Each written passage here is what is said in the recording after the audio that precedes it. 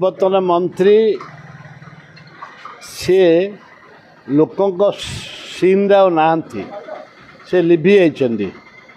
ଯଦି ଲିଭି ଯାଇଛନ୍ତି ସେଥିପାଇଁ ସେ ଲୋକଲୋଚନକୁ ଆସିବା ପାଇଁ ଇଏ ଏକ ପ୍ରୟାସ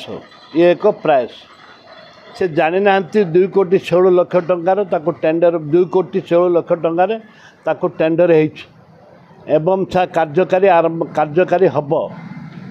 ମୁଁ 7 ଦିନ ତଳେ 5-7 ଦିନ ତଳେ ମୁଁ ଚିଫ୍ ମିନିଷ୍ଟର ସହିତ ଆଲୋଚନା କରିଛି ଏବଂ ଡିସ୍କସନ୍ କରିଛି ତାକୁ କେମିତି ତୁରନ୍ତ କାର୍ଯ୍ୟକାରୀ ହେବ ଏବଂ ପେଚ୍ ୱାର୍କ ହେବ ଏସବୁ ଆଲୋଚନା ହେଇଛି ଏବଂ ସେ ଆସନ୍ତା କାଲିଠାରୁ ଆରମ୍ଭ କରିବେ ବୋଲି ପ୍ରତିଶ୍ରୁତିବଦ୍ଧ। ଯେହେତୁ ପୂର୍ବତନ ଏମିତି ସବୁବେଳେ ମୋତେ ଆକ୍ଷେପ କରି ଆସନ୍ତି ଏବଂ ସେ ଆକ୍ଷେପ ଭିତରେ ସେ ହଜିଯାଆନ୍ତି, ହାରିଯାଆନ୍ତି। ସେଥିପାଇଁ ତାଙ୍କ ବ୍ୟକ୍ତିଗତ ମୁଁ ତାକୁ ଆକ୍ଷେପ କରେନି ମୁଁ ଆକ୍ଷେପ କରିବା ଉଚିତ ବି ନୁହଁ, କିନ୍ତୁ ଏ ଶସ୍ତା ରାଜନୀତିରୁ ଦୂରେଇ ରୁହନ୍ତୁ। ହଁ ସେଇ ଟ୍ରେନ୍ ଆଣିଲା ପରେ ସେ ଜିତିଛନ୍ତି କି? ଟ୍ରେନ୍ ଆଣିଲା ପରେ ସେ ଜିତି ନାହାନ୍ତି। ଟ୍ରେନ୍ ପ୍ରଥମେ କୋରାପୁଟ ପାଇଁ ଟ୍ରେନ୍ କିଏ ଆଣିଥିଲା? କିଏ ଷ୍ଟ୍ରାଇକ୍ କରିଥିଲା? ଦିଲ୍ଲୀ ପର୍ଯ୍ୟନ୍ତ ଯାଇଥିଲା କିଏ? 500 ପିଲାକୁ ନେଇକରି କେବିକେ ଡେଭଲପମେଣ୍ଟ ପାଇଁ 3ଟି ଦାବି କରିଥିଲୁ। ମୁଁ ତା'ର ଚେୟାରମ୍ୟାନ୍। ଦାବି କରିଥିଲୁ ଗୋଟେ ହେଲା ୟୁନିଭର୍ସିଟି, ସେଣ୍ଟ୍ରାଲ ୟୁନିଭର୍ସିଟି, ଗୋଟେ ହେଲା ମେଡ଼ିକାଲ କଲେଜ ଆଉ ଟ୍ରେନ୍ ଆସିବା ପାଇଁ। ଅହରମ୍ ସେଠି ଷ୍ଟ୍ରାଇକ୍ ଜୟପୁର କୋରାପୁଟ ସେଠି ଷ୍ଟ୍ରାଇକ୍ ଚାଲିଥିଲା, ବହୁତ ଦିନ ଧରିକି ଚାଲିଲା। ତାପରେ ଟ୍ରେନ୍ ଆସିଥିଲା।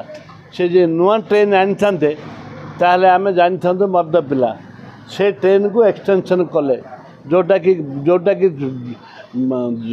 ଭୁବନେଶ୍ୱର ରେଳବାଇରେ ଜଗଦଳପୁର ଆଗେ ଡକାଉଥିଲା କୋରାପୁଟ ଜଗଦଳପୁର, କୋରାପୁଟ ଭୁବନେଶ୍ୱର କୋରାପୁଟ।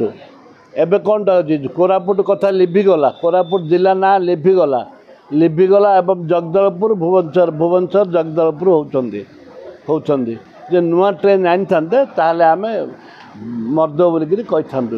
ସେଇ ପୁରୁଣା ଟ୍ରେନ୍କୁ ଏକ୍ସଟେନସନ୍ କଲେ। କିଏ କଲା? ସରକାର କଲେ। ଟ୍ରେନ୍ କିଏ ପକାଇଲା? ସରକାର ପକାଇଲେ। ଆମେ ଖାଲି ନିମିତ୍ତ।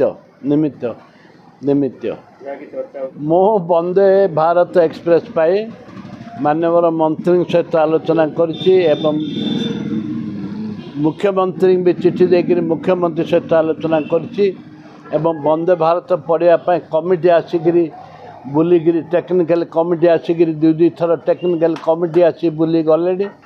ଗଲା ପରେ ଏମାନେ କହୁଛନ୍ତି ବନ୍ଦେ ଭାରତ ଟ୍ରେନ୍ ଆସିବ ବୋଲିକିରି ସେ ଏବେ ତାଙ୍କ ମୁଣ୍ଡରେ ପୁରିଛି ଷ୍ଟ୍ରାଇକ୍ କରୁଛନ୍ତି। ଯେମିତି Jeypore medical district headquarter medical ସବୁ ହେଇଗଲା ପରେ ଗଲେ ମୁଁ କରିଦେଲି ବୋଲି କହିଲେ। ଯେଉଁଟା ହେଇଯିବାକୁ ଥିବ ମୁଁ କରିଛି।